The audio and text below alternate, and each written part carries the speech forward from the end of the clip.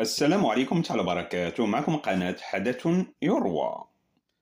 كن عزيز النفس أو كوني عزيزة النفس. لا تركض خلف من يتجاهلك، فالكرامة لا تطلب. هل شعرت يوما بأنك تلاحق شخصا فيتجنبك؟ ذلك الشعور المؤلم حين تبادر بالسؤال وبالاهتمام وبالحب، ولكن في المقابل لا تجد سوى التجاهل والصمت البارد، والأسوأ أن تسأل نفسك لماذا؟ الحقيقة القاسية التي يجب أن تدركها: من يريد في حياته لن يجعلك تسأل عن مكانك فيها. لماذا يتجاهلك البعض؟ لأنهم لا يمتلكون الشجاعة للمواجهة. بعض الأشخاص يختارون الهروب بدلاً من الاعتراف بأن مشاعرهم تغيرت أو أن العلاقة لم تعد تهمهم كما كانت، فيفضلون التجاهل كوسيلة للهروب، لأنهم يعتقدون أنك ستفهم الرسالة وحدك. التجاهل عند البعض هو رسالة صامتة تعني: لم أعد أريدك في حياتي، لكني لا أريد قولها مباشرة، لأنهم يرونك متاحا دائما. عندما تبالغ في الاهتمام بشخص لا يبادلك نفس الشعور، فإنه ببساطة يشعر أنك مضمون دائما متوفر، فلا يجد حاجة للتمسك بك، لأنك أصبحت بالنسبة لهم خيارا احتياطيا.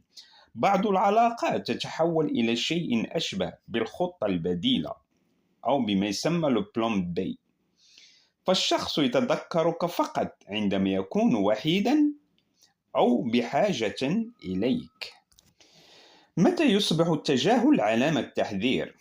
عندما تصبح دائما أنت البادئ في التواصل، عندما تلتقي ردودا باردة أو متأخرة بلا مبرر، عندما تشعر أنك تعامل كخيار ثانوي وليس كأولوية، عندما يبرر غيابه بأعذار واهية بينما تجده متاحا للآخرين.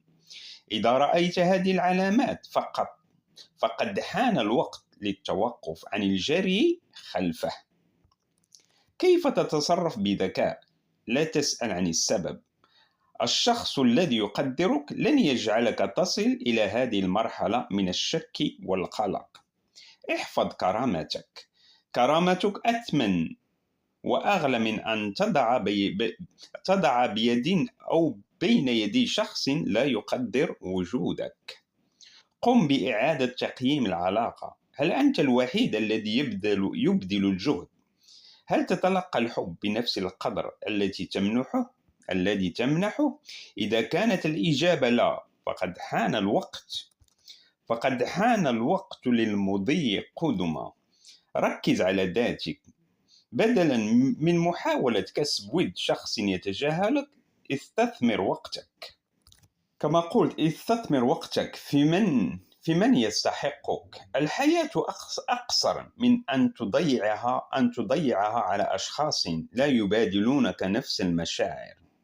تذكر، إذا احتجت إلى فرض نفسك على أحد، فهذا يعني أنه لا يريدك. وقبل الختام، ماذا عنك أنت؟ هل مررت بهذه التجربة من قبل؟ كيف تعاملت معها؟ وفي الختام لا تبخل بالاشتراك في القناة وضغط لايك، والسلام عليكم ورحمة الله وبركاته.